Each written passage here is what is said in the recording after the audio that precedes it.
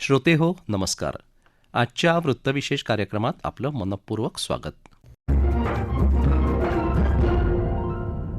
राष्ट्रपिता महात्मा गांधी यांची आज 154वी जयंती त्यांना स्वच्छांजली अर्पण करून साजरी करण्यात आली. शारीरिक आरोग्य आणि निरामय वातावरणासाठी स्वच्छता सर्वात महत्त्वाची आहे. आपल्या आचरणात स्वच्छता अशा प्रकारे स्वीकारा की ती आपली सवय बनेल, अशी शिकवण महात्मा गांधी यांनी दिली होती. राष्ट्रपिता महात्मा गांधी यांना आदरांजली वाहण्यासाठी केंद्र सरकारतर्फे देशभर स्वच्छता मोहीम राबवण्यात येत आहे. याविषयी आजच्या वृत्तविशेषमधून अधिक माहिती जाणून घेऊया. श्रोते हो, राष्ट्रपिता महात्मा गांधी हे स्वच्छता आणि आरोग्य या विचारांचे खंदे पुरस्कर्ते होते. स्वच्छ मन अस्वच्छ देहात राहू शकत नाही आणि स्वच्छ शरीर अस्वच्छ शहरात राहू शकत नाही, असा विचार गांधीजींनी मांडला. प्रधानमंत्री नरेंद्र मोदी यांनी गांधीजींची स्वच्छतेविषयीची शिकवण पुढे नेण्यासाठी स्वच्छ भारत अभियान सुरू केलं आहे.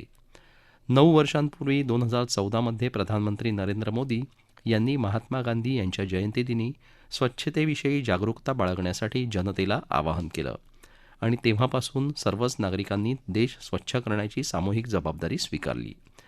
याच दिशेनं लोकसहभागाचा प्रत्येक प्रयत्न अत्यंत महत्त्वाचा ठरत आहे, असं प्रधानमंत्री मोदी यांनी म्हटलं आहे.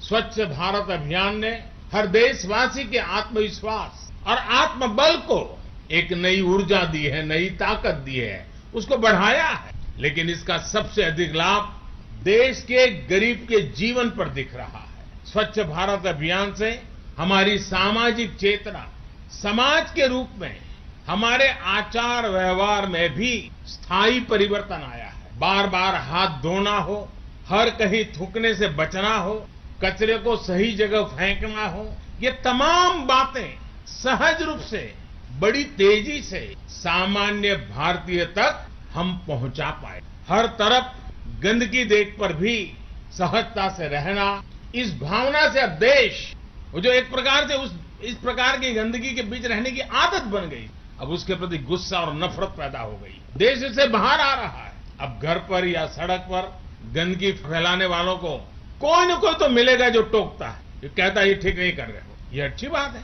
और ये काम सबसे अच्छे तरीके से कौन करता है?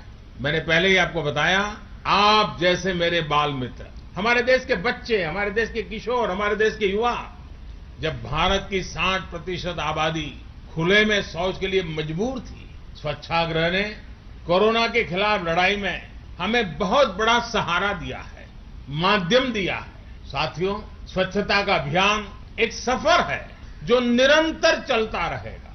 ये कोई एक दिन का, एक साल का, एक समय का नहीं, ये जीवन पीढ़ी दर पीढ़ी करने वाला काम है. खुले में शौच से मुक्ति के बाद अब दायित्व और बढ़ गया है.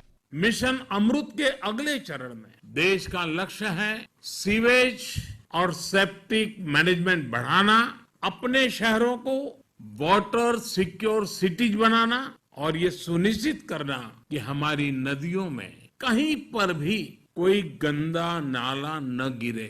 साथियों, स्वच्छ भारत अभियान और अमृत मिशन की अब तक की यात्रा वाकई हर देशवासी को गर्व से भर देने वाली है. इसमें मिशन भी है, मान भी है, मर्यादा भी है, एक देश की महत्वाकांक्षा भी है और मातृभूमि के लिए अप्रतिम प्रेम भी है. देश ने स्वच्छ भारत मिशन के माध्यम से जो हासिल किया है, वो हमें आश्वस्त करता है कि हर भारतवासी अपने कर्तव्यों के लिए कितना संवेदनशील है, कितना सतर्क है. और इस सफलता में भारत के हर नागरिक का योगदान है. सबका परिश्रम, सबका पसीना है.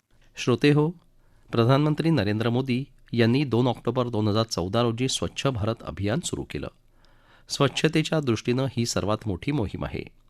स्वच्छ भारत अभियान एकूण 3 टप्प्यात राबवण्यात येत आहे.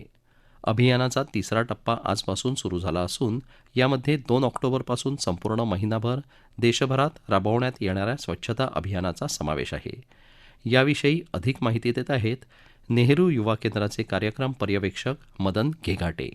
नेहरू युवा केंद्र संघटन, युवा कार्यक्रम आणि खेळ मंत्रालय, भारत सरकार द्वारा संपूर्ण भारतभर 2 ऑक्टोबर ते 31 ऑक्टोबर 2023 पर्यंत क्लीन इंडिया 3.0 ज्याला स्वच्छ भारत 3.0 सुद्धा म्हणता येईल हा कार्यक्रम क्लीन इंडिया 1.0 व 2.0 च्या अभूतपूर्व यशानंतर नव्याने लॉन्च केलेला हा कार्यक्रम आहे. या कार्यक्रमाअंतर्गत संपूर्ण भारतवर्षासाठी 1,25,00,000 कचरा संकलन व त्याची विल्हेवाट लावण्याचं उद्दिष्ट ठेवण्यात आलेलं आहे. महाराष्ट्र राज्यासाठी हे उद्दिष्ट 8,17,520 किलोग्रॅम आहे आणि या कार्यक्रमामध्ये अंदाजे 3,66,800 युवा स्वयंसेवक हिरिरीने भाग घेतील असे लक्ष ठेवण्यात आलेले आहे. या राष्ट्रीय पातळीवरील कार्यक्रमाचं उद्घाटन माननीय श्री अनुरागजी ठाकूर साहेब, मंत्री युवा कार्यक्रम तथा खेळ मंत्रालय भारत सरकार व माहिती व प्रसारण मंत्रालय भारत सरकार यांच्या हस्ते देवतसिद्ध हमीरपूर हिमाचल प्रदेश येथे काल सकाळी आयोजित करण्यात आले होते. या कार्यक्रमाअंतर्गत जे लक्ष ठेवण्यात आलेलं आहे त्यामध्ये कचरा संकलन व त्याची विल्हेवाट लावणे, ग्राम पातळीवर गावांचं सौंदर्यीकरण करणे, परंपरागत पाणी स्त्रोत जे आहेत आपले त्याची स्वच्छता व देखभाल करणे, ऐतिहासिक वारसा लाभलेल्या स्थळांची स्वच्छता व देखभाल करणे, कचरा व्यवस्थापन आणि विल्हेवाटीमध्ये जनसहभाग हा वाढविणे, बायोगॅस पुनर्वापर करणारा जो कचरा आहे थोडक्यात 3R शासनाने आपल्याला दिलेले आहेत. त्याच्यामध्ये रिड्यूस करणे म्हणजे कचऱ्याचं प्रमाण कमी करणे, रियूज पुनर्वापर करणे आणि रिसायकलिंग करणे या माध्यमातून कचऱ्याचं व्यवस्थापन, एकत्रीकरण आणि विल्हेवाट करण्याचं अपेक्षित आहे. या कार्यक्रमांमध्ये राज्य सरकार, जिल्हा प्रशासन, नगरपालिका, महानगरपालिका,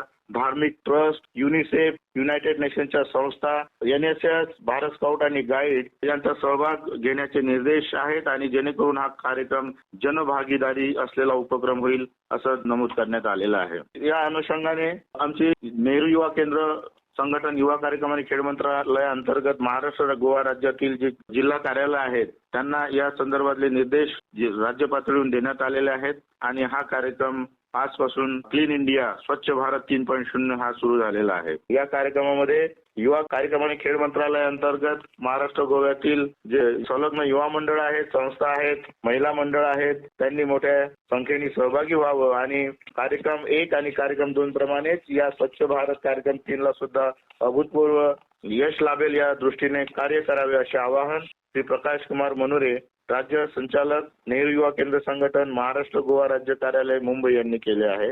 श्रोते हो, स्वच्छता म्हणजे सकारात्मकता. हीच सकारात्मकता आपल्याला आणि देशालाही सुदृढ करते आणि सुदृढ आयुष्य म्हणजेच समृद्ध आयुष्य. समाज निरोगी असला तरच देश सुदृढ आणि बलवान होणार आहे. लोकांच्या अस्वच्छ वर्तनामुळे संसर्गजन्य रोगांचा प्रसार होतो. हे टाळण्यासाठी सामाजिक स्वच्छता आवश्यक आहे. शारीरिक आरोग्य आणि मानसिक आरोग्य वाढवण्यासाठी आज स्वच्छता राखणं कसं आवश्यक आहे याविषयी अधिक माहिती देत आहेत मानसोपचार तज्ज्ञ डॉक्टर शुभांगी पारकर. केंद्र सरकारच्या स्वच्छ भारत अभियानाने प्रत्येक व्यक्तीला आपल्या देशात स्वच्छतेकडे वळवले आहे आणि स्वच्छतेला जीवनाचा एक भाग बनवण्यास प्रवृत्त केले आहे. स्वच्छता तसं पाहिलं तर ही मानवतेची आदर्श जीवन पद्धती आहे आणि ही कल्पना आणि धारणा आपल्या देशात प्रस्थापित होणं आवश्यक आहे. स्वच्छता, विकास आणि सामाजिक बदल या सर्व गोष्टी एकमेकांच्या अगदी जवळ आहेत. विकसित समाजाचं एक महत्वाचा सूचक म्हणजे समाजातील आरोग्य आणि स्वच्छतेची पातळी. कोणताही समाज जिथे लोक घाणीत राहतात किंवा आरोग्याची पातळी कमकुवत असते त्याला आपण विकसित किंवा सभ्य म्हणू शकत नाही. आरोग्याचा संबंध अनिवार्यपणे स्वच्छतेशी जोडलेला आहे. त्यामुळे जिथे स्वच्छता असते तिथे आरोग्य असते आणि हे आरोग्य शारीरिक आणि मानसिक आरोग्य असते आणि त्यामुळे तिथे विकास आणि प्रगती या दोन्ही गोष्टी आहे. आतापर्यंत आपण पाहिलं की स्वच्छ भारत मिशन देशात झालेलं आहे आणि अनेक गावे हागणदारी मुक्त झाल्याचा आपण दावा केलेला आहे. स्वच्छ भारताचा प्रचार करणाऱ्या जाहिरातीवर करोडो रुपये आपण खर्च करत असतो, परंतु लोकांना सामाजिक स्वच्छतेची गरज समजत नाही आणि आपल्या देशाबद्दलचं प्रेम त्यांच्या मनात कोरलं जात नाही. तोपर्यंत लोकांच्या वागणुकीत बदल करणं कठीण असतं. मला असं वाटतं की एक जबाबदार नागरिक म्हणून आपण वैयक्तिक पातळीवर आपलं पर्यावरण स्वच्छ ठेवण्याचा प्रयत्न करू शकतो आणि तसं जर आपण करू शकलो तर आपण मानसिक दृष्ट्या सुद्धा तंदुरुस्त राहू शकतो. कोविड महामारीत आपण पाहिलं संक्रमणाचा प्रसार कमी करण्याचा सर्वात महत्वाचा भाग होता हात धुणं. प्रत्येकाने साबणाने आणि पाण्याने हात धुवा. आणि यामुळे झालं काय की महामारीसारखी कठीण परिस्थिती जागतिक दृष्ट्या सुद्धा लवकर काबूत आली. सध्या स्वच्छतेबरोबर देशव्यापी चळवळ सुरू आहे. स्वातंत्र्य चळवळीच्या काळात महात्मा गांधी आणि त्यांचे समर्थक सातत्याने या दिशेने जनतेला जागरूक ठेवत असत. कारण लोकांची मानसिकता बदलायला हवी तरच त्यांची वागणूक बदलेल. सामाजिक स्वच्छतेची उदाहरणं कुठली आहे? दररोज आंघोळ करणं, दात घासणं. जर एखाद्या व्यक्तीने नाही आंघोळ केली किंवा दात नाही घासले तर त्या व्यक्तीवर सूक्ष्म जंतूंचा बराच भार पडतो आणि त्याचा धोका आजूबाजूच्या लोकांसाठी सुद्धा असतो. साधी गोष्ट आहे, रस्त्यावर किंवा सार्वजनिक जागेवर थुंकू नका. अर्थात हे समजण्यासाठी एक नागरिक म्हणून माझी स्वतःची माझ्या समाजाप्रती जी जबाबदारी आहे ही जाणून घेणं महत्वाचं आहे. पर्यावरण स्वच्छ कसं ठेवावं हे सुद्धा आपल्याला समजायला लागतं. कारण ते जर समजलं तर आपण आपल्या अवतीभोवतीची परिस्थिती आणि पर्यावरण हे आरोग्यपूर्ण ठेवू शकतो. आणि तसं जर आपण ते ठेवलं तर आपल्याला आपली जी मानसिक सक्षमता आहे, निरोगी मानसिक मन जे आहे ते आपण सांभाळू शकतो.